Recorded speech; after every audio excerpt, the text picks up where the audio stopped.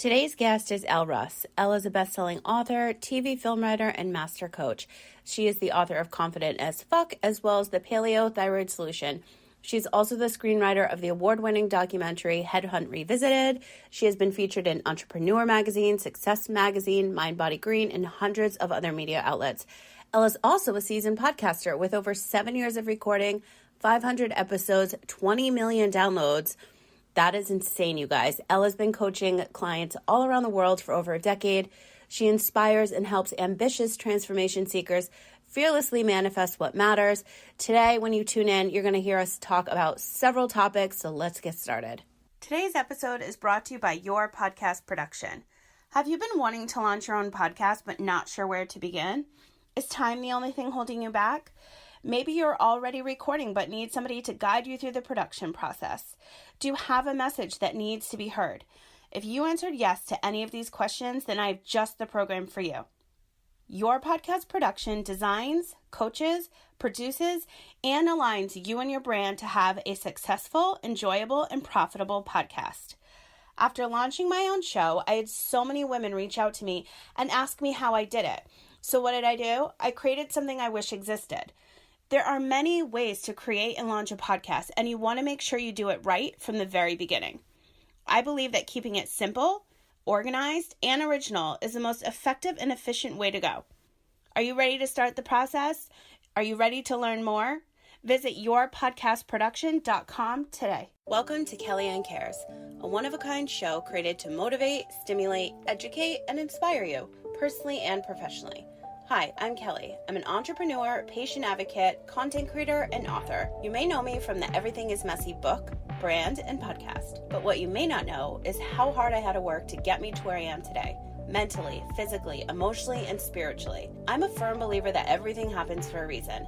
And in this season, I'm more driven and extremely passionate about my purpose. To help you save the time, money, and energy it takes to be happier and get healthier with your mind, body, business, and life. Tune in every week to hear raw, unfiltered conversations from myself and my incredible guests as we discuss trending topics, share stories of resilience, and chat about all things health, wealth, healing, and wellness. Whether you're here to listen, learn, or laugh, I promise to bring awareness and add more value to your day. Take this time to relax and recharge. Listen, life is short. Invest in yourself. Be loud, be different, be you, and most importantly, enjoy the ride. Buckle up, because today's podcast experience starts now. One more thing, sharing is caring. I would love your thoughts on today's episode. Head on over to Apple Podcasts to rate, review, and subscribe. I would truly appreciate it. Want to continue the conversation? Let's connect online. You can find me at kellyannegorman.com, and all my social links are in the show notes. Now let's get into today's show. Hello, and welcome back to a brand new episode, you guys. I'm so excited for you to hear from my incredible guest, Elle Russ. Welcome to the show, Elle. Hey, how are you? Good to be here. I am good, and I was just recently on your show. Well, we recorded, so I'm so glad to have you on my show and share a lot about your journey. And honestly, it is so crazy to have such a weird, inspiring, motivating, but odd life story that got you to where you are today, and then have somebody understand it. So you and I have done a lot of things and have had a lot of past that has led us to where we are today, which we're grateful for, but was definitely not in the cards. So there's a lot I want to talk to you about today. And not only are you a seasoned podcaster and an entrepreneur, and you're obsessed with the morning routines and manifesting and all of that, just like myself, but we kind of related on a scale of we didn't really have a choice to take the path that we had. So can you explain to the audience what you were doing in corporate America and then what happened to get you to where you are now? Sure. So in general, I always thought as a kid, like, I want to grow up and make a ton of money, retire young, like, I'm going to go make some fucking money. You know, I don't care what I have to do. And at the time, I really was interested in law, like as a kid. And I thought, lawyers can make a lot of money, right? And it seemed like one of those tracks. So I was like, cool, I'll go be a lawyer. You know what I mean? And planned on that the whole time. In fact, while I was in college, almost like my collegiate resume was geared towards like how good it would look eventually on a law school application and all this kind of stuff. And so I graduated from college, and I get like a dumb salary paying job as like a secretary assistant, kind of thing, because I'm thinking I'll just get a dumb job right now to pay me salary and benefits while I'm waiting for the law schools to accept me, and then I'm going to go off to law school. And a wonderful thing happened. I ended up getting a job as the personal assistant to a guy who owned one of the fastest privately held companies in San Francisco during the tech boom. And so maybe I was the seventh person hired. I think by the time I left, there was 150 employees or something like that. And so I kept getting promoted like every month. It was kind of ridiculous. And so by the time I had only been there a couple years, I'm 22 years old. I'm making six figures, and I'm about to make $250,000 a year with my next promotion. I'm managing like 100 computer consultants throughout California, working for Fortune 500 companies, like a very big job. I had my own office. I'm wearing Armani suits. And I am like, Kelly, I'm like, oh man, I'm fucking set. Fuck law school. I'm making more than a starting attorney right now. I'm going to be retired by the time I'm 30 with like 10 homes. This is going to be great. And so I was really excited about, wow, I got to my goal way sooner than I had thought. I got really lucky. And then one day I had a friend who I asked to help carry this chair from a store a block from my house. It was not heavy, but it was just kind of bulky and awkward. So I was like, oh, hey, I need to grab this chair and bring it home. And we're walking the chair home, and I literally just, my wrists were so weak, I kept having to put the chair down. And at the time, I wasn't like so concerned, but I remember being like, this is weird. And then it was just, all bets were off. After that, very quickly, both of my hands and arms became extremely inflamed. I had severe tendonitis in both my hands and arms all the way up to my neck. Got to the point where I couldn't even wipe myself without pain, couldn't speak with my hands. I still can't sleep on my sides. I haven't for years. And all chronic pain 24/7. And here I am, I'm like 22. I just started my life. And also I'm making all this money, I have all this great career prospects. And suddenly I'm completely disabled. I mean, the California court rated me at about a 40% disability, which makes sense. It's your upper extremities. Mm-hmm. So for people listening, what job do you know of that you don't have to use your hands for 8 hours a day, 5 days a week? You can only mention a handful. Mm-hmm. Actor, speaker, broadcaster, translator, maybe, right? Like voiceover actor, right? Like these kind of things. And so this is a hand-based world. And so in that moment, I was like, oh my God, I'm fucked. Like, what am I going to do for the rest of my life now? And so to be hit with that, and thinking maybe it was going to go away at some point or get better, which by the way, it got better. I live not in chronic pain anymore, but I still can't do the thing because it's a repetitive strain injury. So it's no different than like the pitcher being out for a season because he's got tendonitis, and then he goes back in and it happens again. There you are. So this was like a very scary place to be. And then, so I pursued a life of like, okay, well, I've got to use my voice now. And obviously that worked out based on the fact that we're talking right now. Yeah. So that Same. Worked out, took some time. And then along that way, too, many years later, I got hit with hypothyroidism. And these two things, I always say, were the worst fucking things that ever happened to me in my life, but they also were the best things that ever fucking happened to me. Mm-hmm. The gifts that I received from both of them and how both of them linked and helped one another for me to be able to live my dream job. Because see, before I became an attorney, I always wanted to like be an actor, a performer, or like creative. And I always thought that's unrealistic. No one can make money at that. Fuck that, I'll be a lawyer. And then the universe cut the golden handcuffs literally and figuratively off my wrists. And we're like, no, you don't even have a choice but to pursue it. And so it was a really interesting place to be at 22. Lots goes along with any kind of physical health ailment, and same with thyroid. So anyway, both of these things, I wrote a best-selling book based on my second health problem with hypothyroidism, and I am a patient advocate like you are. Mm-hmm. And then I also am able to help people as well on the subject of shame, or anyone who has that about a disability or anything else.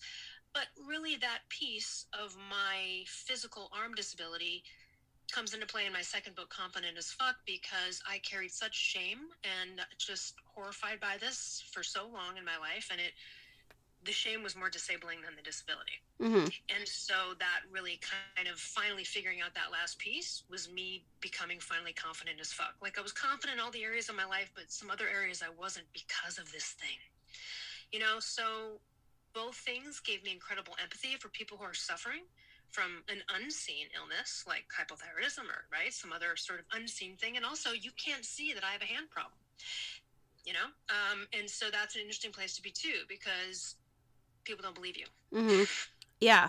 And what I said earlier, like when I just hit record, it's so hard to find somebody. I mean, you can tell somebody your story all day long, but to find somebody that has literally been in the trenches, the same with me. I was supposed to be blind and paralyzed, so the only thing I had left was my voice to make money. So I just hit record and I just figured it all out. Now my entire career is surrounding podcasting and development and writing and producing because I was misdiagnosed, but no one understands, not even the tight circle around you, the trauma, what goes through your head, like your everyday thoughts, your thoughts that you have like every single minute when you go through something so traumatic like that. But then on the flip side that you and I have both also had is, okay, we got to this place because that happened, but now it's like, we've grown so much as a human and our businesses have grown, and that was not our plan. I was in luxury travel for years. I was a pro makeup artist for years. I traveled the world.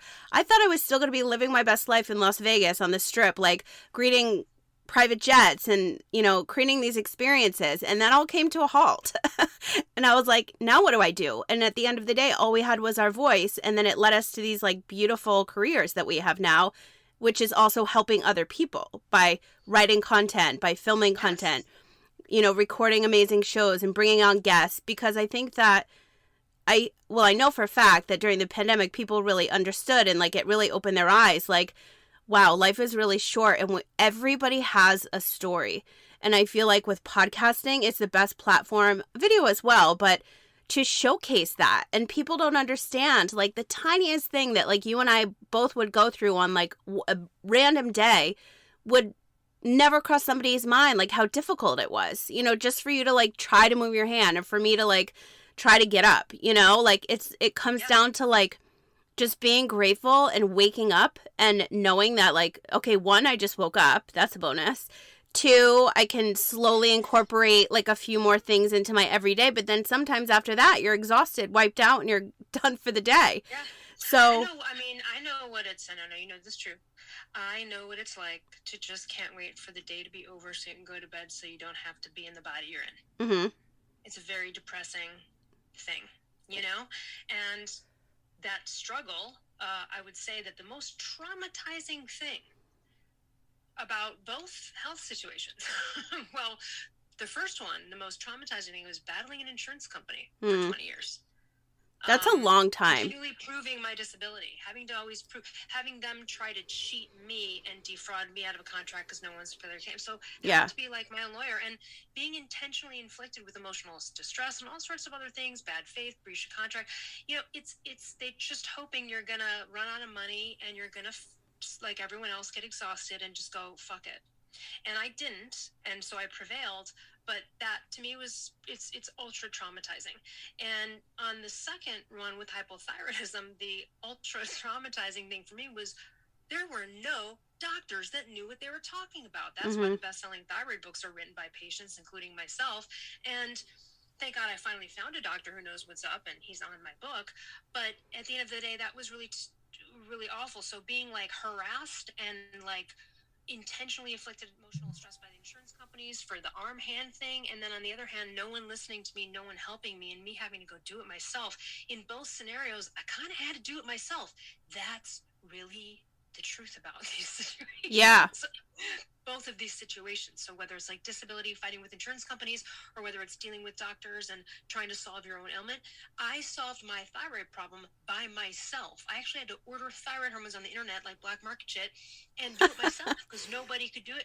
So I shouldn't have had to do that. No. But you have to take your health in your own hands. And when you've preached, you also have to take the back end of these things into your own hands when it comes to, you can't just rely on an attorney. I used to hire attorneys to help me fight the insurance company for my hand disability, but the thing is that they would make mistakes. And again, this goes down to the thyroid thing too. It's everything.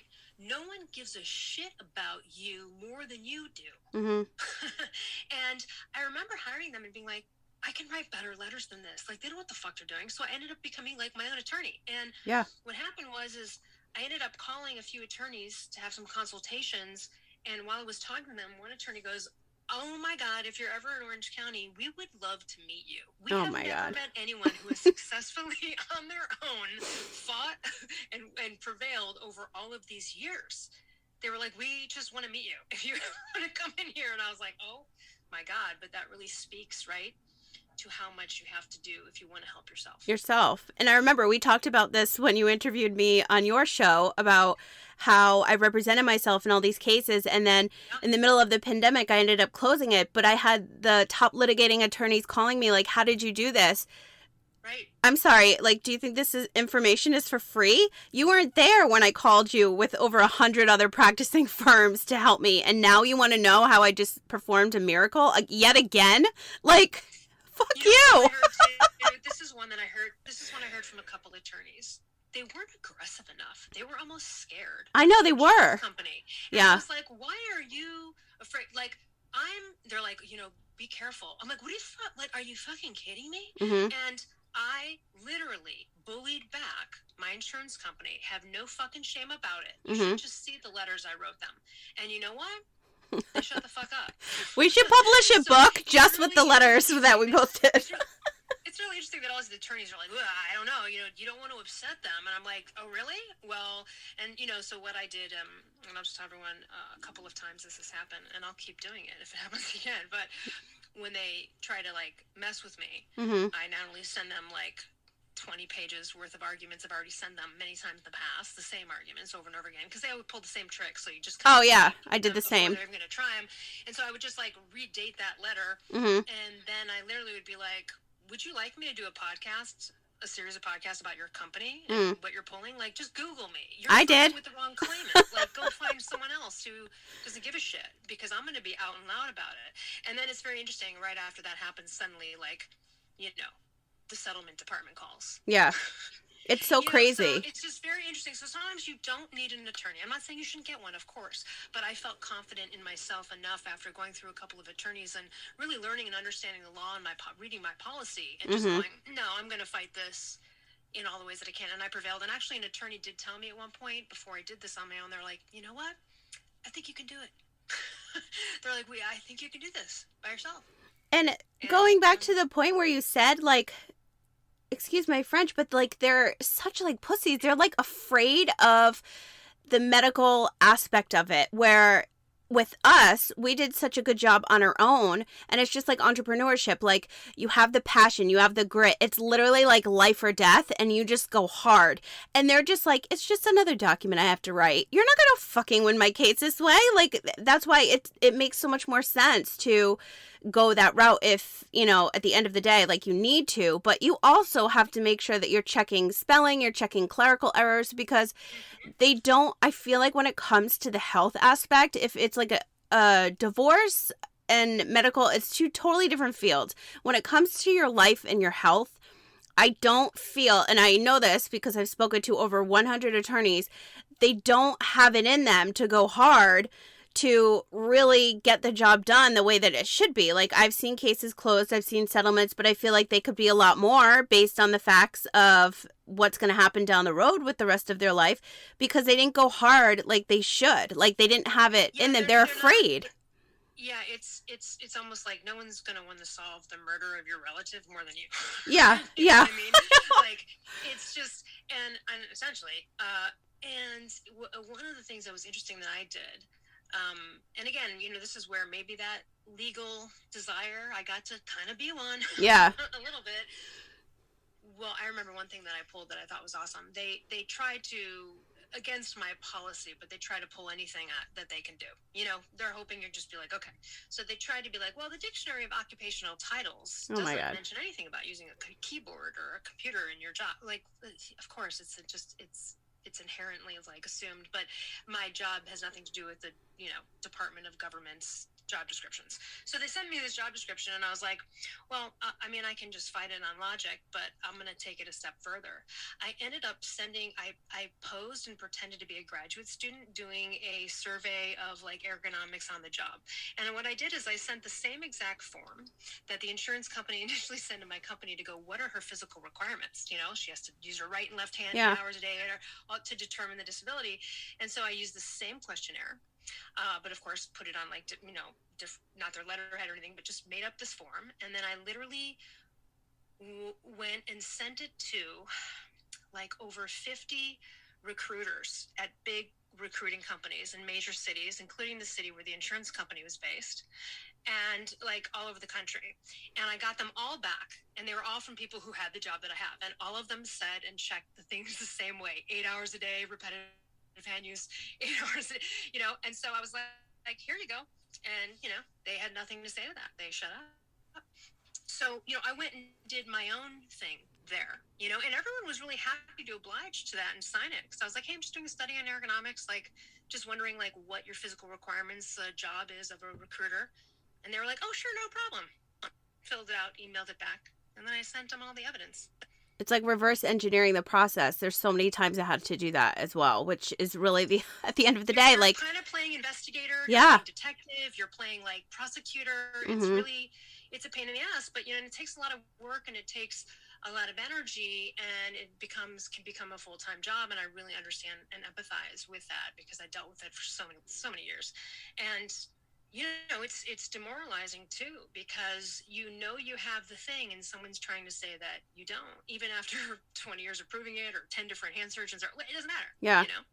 And that's a much longer time than my situation, but I feel like, I don't know. Like, I just feel like there's so much more that needs to be done, patient advocacy side, but also on the legal side. And you know, and you got to stand up for yourself. You just have to be absolutely aggressive. And because here's the thing. A lot of times when they sense someone's trouble, they're just kind of like, you know, it's not worth it. Mm-hmm. Kind of like with me. Yeah. Right? We keep trying, but you know what? She's good. I'm going to just let it go. You know what I mean? And so that's how you prevail. Exactly. Just don't let it go. Now let's kind of pivot to the mental work that has to be done. When you are in the thick of something going on health related with you, I read in an article that you were featured in about how you have to be your biggest cheerleader and how you do have to do the mental work. But what exactly did you do when you were in your darkest times to make sure that, I'm sure this is where all your manifesting came in because it did with me. What are some of the things that you did to help your mind, your body, your spirit to like get you to the next day, where when you were like in the thick of it, like, how is this my life now? I was just living my best one, and now I'm like, shit. What are some of the things that you would do? Yeah, so like 20 years ago, before hypothyroidism, I had just gotten the hand issue, and at that time there was like there's no podcast, there's no internet, like there's nothing, right? So the only thing that was out there that I could find, and I ended up interviewing him later on, and I teared up while I was interviewing him, and I'll probably choke up talking about it. So Dr. Andrew Weil, we all know who he is, right? Mm-hmm. You know, the Santa Claus looking dude.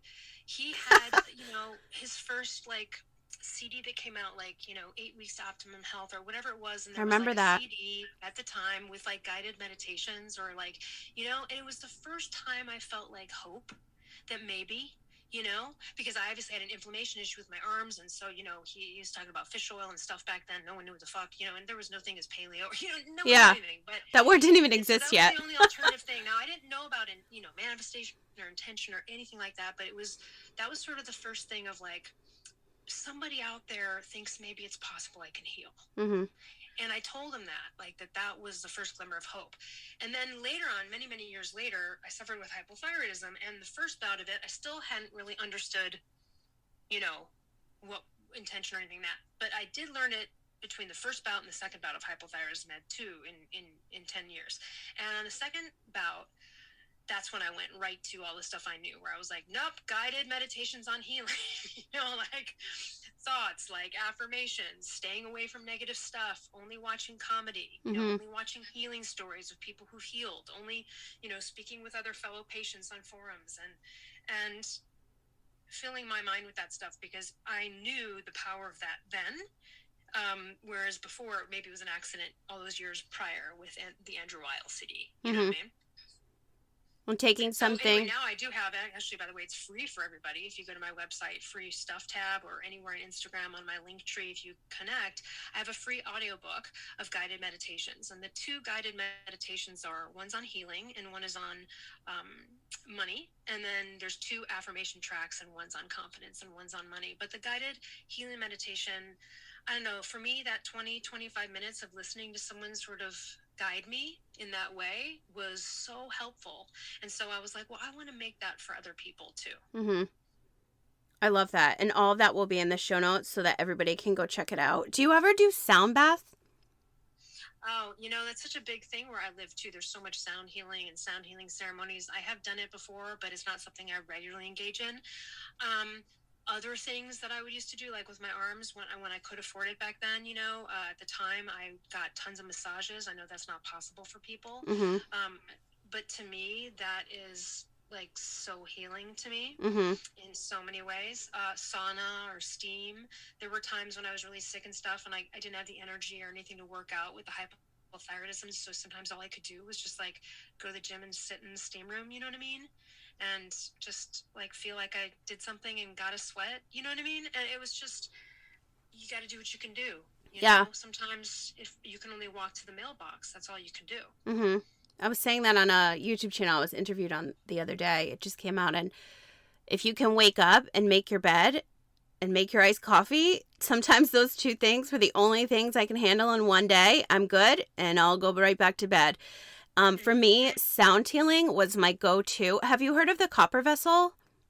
No. She was right by you. Her name's Susie. She just moved a little bit more north, but I don't even know. Oh, I ended up finding her on the Allo app through a client because I was producing a show and she was talking about her. And I'm like, what is a sound bath? And then I just started doing them and I sleep to them. So I have different tracks that are about 8 hours, 6 to 8 hours, and I sleep with them on. So that's like my go-to. But now I am obsessed with the sauna. I literally just joined a new gym just for the sauna. I walk the beach all the time. I run in and out and I go to the sauna. So I was filming a series for TikTok last week. It started like 2 or 3 weeks ago. And it was 7 straight days of sweating in the sauna to improve my mental health. And it fucking works. Like, it has improved my mental health. Like, January was so intense for me. I don't know. And a lot of other people felt it too. But for me, I was just like, this is a brand new year. This is like my year, like all the feels in the beginning of January. And then like somehow like mid-January, I was just like depressed again. I'm like, why is this happening? So I'm like, I need to take matters into my own hands yet once again. And so I was like, I need the sauna. I need to sweat in that damn sauna. And I feel incredible. And I think it is week 3. I think this is week 3. Oh, what yeah, a difference. I missed it so much. I have to rejoin my gym after everything that's happened. But the dry sauna is excellent. And sometimes you have to sometimes people get in there and they're like, oh, you know what? I'm not like sweating. Sometimes you have to literally wait 5 to 7 minutes for actually it to start. But you can build up to time in there as well. And if you can get up to 20 minutes, it's really great. I did it for mercury detox, heavy metals. And of course I took some supplements for that as well, but the sauna is incredibly helpful. Yeah. And what is that sauna? It's definitely a pretty penny, but you sit in it and you zip yourself up. It's all white that a lot of people have at their homes. There's a different sauna. Many of them. I mean, there's like Sunlight and Sunbeam. I forget. There's also little mini steam room things and stuff on Amazon you get for like $200 and you like zip it up and you put the steam in there. Yeah. And I'm not sure, like, people have said, oh, well, the EMFs on those things aren't as good, like this versus like your rather regular infrared sauna. But there are single-use, like, home units that are really amazing. I mean, yeah, and if you have the space for it and can afford it, do it. Yeah, what a difference, the sauna. I don't even know, like, how I lived without it. I'm so obsessed. And today I weighed myself. I'm like, I'm down 10 pounds. And all I'm doing is walking the beach and sweating in the damn sauna. And I'll answer a few emails. I was in the beginning, and then I'm like, this is my silence time. So I leave my phone out. I keep my water bottle so I don't, like, dehydrate myself. But I am obsessed, and it's made such a big difference, especially with my productivity level. I'm huge on that, which is why I love my AM and PM routines. But you just get like that extra boost of energy once you sweat, you know, your endorphins and all of that. And I'm just like completely obsessed. What are some of your favorite routines that you do, or your go-tos like in the morning and at night? Because I know you have a lot on your plate and you do a lot of things like me. So what keeps you focused, and then what like sets you up for a successful day? I would say that I like to have a morning. So I never just get up and then like get to life. Mm-hmm. Ever. I'm chilling. I take a couple hours. I hang out, have my coffee. Maybe I'll read. Maybe I'll watch a little news. Maybe I'll, but right when I wake up, I'm chilling. I sometimes will put on the YouTube like fire crackling in a cozy cabin, kind of vibe. And I love that. Hang out with myself for a few minutes, and then I'll get going. And then also I do like to exercise in the earlier part of the day, if possible. So I'm very lucky. I live in a beautiful place in Southern California. So yeah, you do the hikes. You do all those beautiful hikes. I constantly. You can list hundreds of thousands of photos of mountains on my Instagram. I love it. So for me, nature is extremely important. Not only is it healing, but there are actual benefits to your immune system and everything else by being out in nature and getting out in trees and forests and all of that stuff. So I believe just mental health, and that's my go-to, is literally I would rather just walk out my door and stare at the mountainside for a second. That's the way I can clear my head. So yeah, being in nature. And if you can't be in nature because you live in a city, then watch it on YouTube. There's so many great, like 8 hours of this beach in California, you know what I mean? And again, those sounds are so soothing. So working, I'll have ocean sounds on in the background, and taking time. But I do actually really focus on sleep, and I also do have a lot of downtime. I am not busy 24/7. I will not do that. That's what got me injured in the first place with my arms, because I could type so fast, and I could work 1,000,000 miles an hour just as fast as we talk. And so if anything, it's taught me and forced me to like slow down. So important. I've realized that now, like, especially sitting in silence. Now, let's pivot into podcasting. You have been podcasting for several years, and every now and then you get an interview, and it's just not a good one. And all of my clients ask me this because I'm developing and producing their shows. They're like, oh my God, this interview, it was like pulling teeth. We clearly don't have that problem. But sometimes you get that show and it's just dragging on, or the content or the focus or the energy, like it just wasn't there. So what do you say to that guest who is following up? Like, when's my show going to air? When's this going to happen? Like, do you have any advice for some fellow podcasters? Because I know what I say. What do you say? I have a lot of thoughts on this. So I've done over like hundreds and hundreds of episodes over 7 years. So I have had some bummers, okay? Not on my new show, but, I was hosting someone else's show for a long time, and we had lots of different guests. And anyway, okay, a couple things. First of all, twice it has happened where I literally suggested to the person afterwards, I said, you know what? I think we need to re-record this, and I'm sorry to suggest that. I just don't think it's that good. I think it could be better, but I always tell them why and how I think it could be better, because that's stupid to suggest that without having concrete, criticisms, right? Exactly. Both times they were like, I agree, thanks, no problem. And I was, okay, so I saved those two. Then there were just some that were boring and whatever. Well, here's what I have to say for podcasters out there. Just kind of expect it, unless you may or may not know. Even someone who may seem exciting and riveting on social media may not be on an interview, and it's your job. It's your job to carry the interview, to fill the spaces, to ask interesting questions, to spice it up. But I gotta tell you, I interviewed one guy one time. He didn't get any jokes. They went all over his head. Oh my God. He put me to sleep, but also I'm not surprised because I spoke at a thing, and he was there, and he put the fucking audience to sleep before I had to go up and speak, and I had to go wake him up. Oh my God. Like, but you know what? He's got good information, but okay, not the best, it's a dud. And sometimes you get a couple of those, but hopefully you can screen these, screen your guests enough to make sure that it's exciting. But yes, even it happened to me recently where there's a bad connection, and I'm not so happy with the interview. I was thinking I was going to get way more from this guest, and I didn't. But, that's when you, like, call the editor, and you're like, shit, clean this thing up, take out the dead spaces, right? Make it better as best as we can. And so sometimes the editors really great help with that. Oh, yeah. I believe that 100%. And it is so hard. But, like, in the beginning, I would never when I had guests on the beginning of my show, I would never talk to them beforehand. And that's when I learned my lesson. So now I'm always voice messaging, just like how you and I did. I'm like, oh, hi, thank you for coming into my inbox on Instagram. And I always love using my voice so that you can hear, you know, we both drop the F-bomb. We, like, sometimes people don't want to hear a potty mouth. Well, there's a big E on my show for a reason. Like, so if that offends you, maybe this isn't the best show for you. But if somebody's going to pitch me or vice versa, like, I need them to understand, like, this is me. Like, this is what you're going to get. This is my personality. I have a million things on my plate. I enjoy entrepreneurship. Like, what part do you want to hear about most? You know, and sometimes you do have those awful conversations. I should say awful, you know what? but... Actually, I have one on the other side. This is a good one. This is a great example of confidence and standing your ground. There is a person with a well-known podcast. They wanted to have me on. So we're like, get on the Zoom recording or whatever. It's not video or anything. But like, right when we get on the phone, I hear them yelling at their assistants and stuff. And oh my God, I've gone through so many assistants. And so I'm like already going, boy, this person's not, this is problematic. And then, so we're going to be talking about my thyroid book. And, on the title of my book, it says, Stop Feeling Fat, Foggy, and Fatigued at the Hands of Uninformed Doctors. Reclaim Your Health, right? Mm-hmm. So I mentioned something about how most endocrinologists are uninformed. This is before we start recording. She goes, oh, no, you can't say that. You can't say that. And I'm like yelling at me. And I go, whoa, hold on. My God. I have too many endocrinologist friends that listen to this probably like, you cannot say. First of all, it's true. Yeah. Okay. So I said to her, I go, I got you.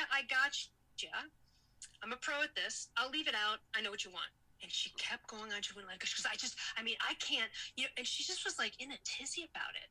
Now, I could have just let this go and been like, okay, I guess we don't. But I was like, oh no, this bitch is going to fucking record me. We're doing this episode. She's not getting out of this. Right. So, literally, I kind of had to bully her out of her own bullshit. And I just said, listen, I'm a fucking pro at this. I get what you want. I get it. I'm not going to say anything. Just press record. We're losing time. But I can't. I get it. I got you. Just press record. Like that. Oh my God. She did. And then it was really funny. She tried to test me on the podcast, and she asked me a question about like reverse T3, whatever. I know all of this stuff. So like, and I answered it. And she goes, oh my God, that's exactly right. Like as if she was so surprised. And then afterwards, she was so effusive about how great it was. Now, here's the thing. When that happened in the beginning, most people would have been like, right? They're kind of like kind of bullying me. I was just going to say that, yeah. You could have chosen to back down and go, fuck it, okay, well, all right, sorry, and just click, and then that's the lasting impression, and then also you don't get that audience that they have because it was a pretty big show, right? And, I was like, no. You're not bullying me out of this interview for your bullshit attitude that you have, for a dumb thing, for something I said that was true. And so, that's another, that was very strange. That's rarely, where I'm like, yeah, so that was kind of like, left me a bad taste in my mouth about that podcaster. But you know what? It was a great episode. And she was great on the podcast. And it worked out really well. And I'm glad that I fought my way to it. That's so important. And I always listen to my gut in situations like that. But like the red flag with the attitude and the yelling, like. Oh, and by the way, this person has that reputation. Like it's gotten disaster. But oh well, she still has an audience. That's fine. Great. If people can hear me and they can be helped by that, fantastic. Then I don't care who's interviewing me, really, right? But that was a tough one. Left a bad taste in my mouth, and from that day on, I was like, her, yep, mental note to self, nope. Oh my God. I can't even. I have worked, I think I told you a few of these stories, for a number of high profile individuals as their assistant. And I know exactly how that feels being on the other end. But also, as that was my job, that mic would not have even been on yet because I would have been fired within like 10 seconds. It's so great. That whole world is just out of control. Like, I could have literally written a book about that.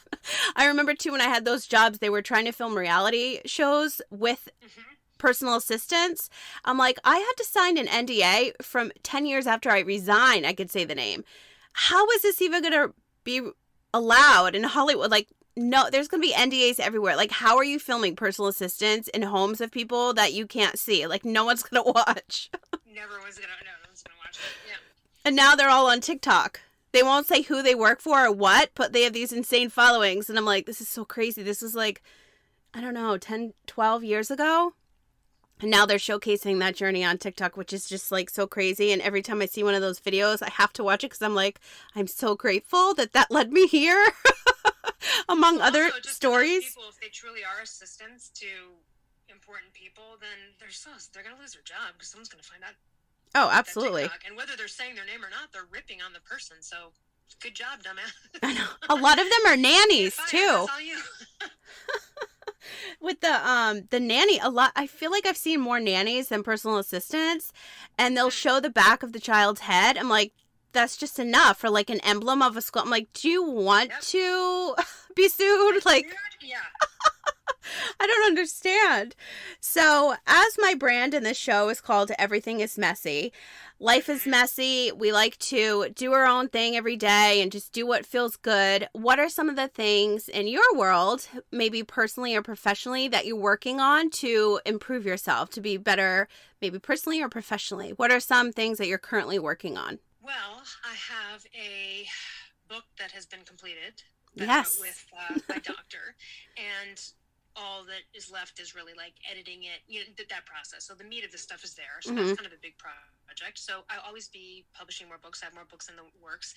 But right at this moment, as we're speaking, I am recording and developing automated courses. So I'll have a confidence course and an automated Paleo Thyroid Solution course so that you can get all that stuff there and not have to coach with me one-on-one, for it, and have all of it right there, and go through your own self-guided course. So those are the things I'm working on, and that's expanding business, but also learning about new technology and how to roll things out. So yeah, definitely being challenged in that arena. And then of course I was podcasting for 7 years for Mark Sisson and his podcast, The Primal Blueprint. And then I created my own show this September called the Elle Russ Show. And so, we're about 24 episodes in, you'll be one of them. And so that's a lot of fun too. And that was, new project, new challenge that was executed, and that's been great.